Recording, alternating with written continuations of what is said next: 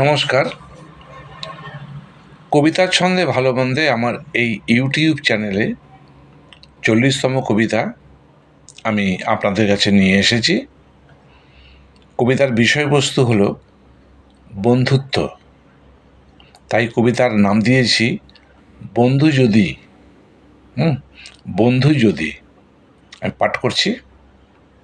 বন্ধু যদি হতে চাও, হাত বাড়িয়ে আছি, নির্ভয়ে আসতে পারো মনের কাছাকাছি। আনন্দিত ছন্দময় দ্বিধাহীন ভাবনা, বিশ্বাসের আশ্বাস হোক হৃদয়ে প্রকাশ সূচনা।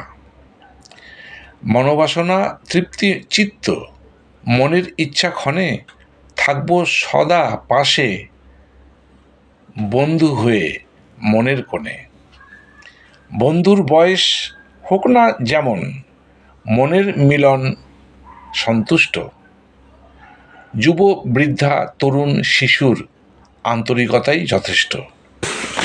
বিশ্বাসের ভরসা স্বরূপ আশ্বাসের পবিত্রতায় দ্বিধাহীন স্বপ্ন মধুর শান্তি সুখ পাওয়া যায়।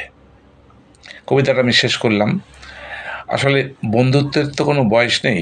মনের মিলন হলে, মনের ভাব প্রকাশে যদি সহমত হয়, একজন আরেকজনকে বুঝতে পারে, কিছু সময় একটু মনের ইচ্ছা অনুযায়ী একটু কথাবার্তা বলা যায়, সময় কাটাতে ভালো লাগে, এটাই বন্ধুত্বের লক্ষণ।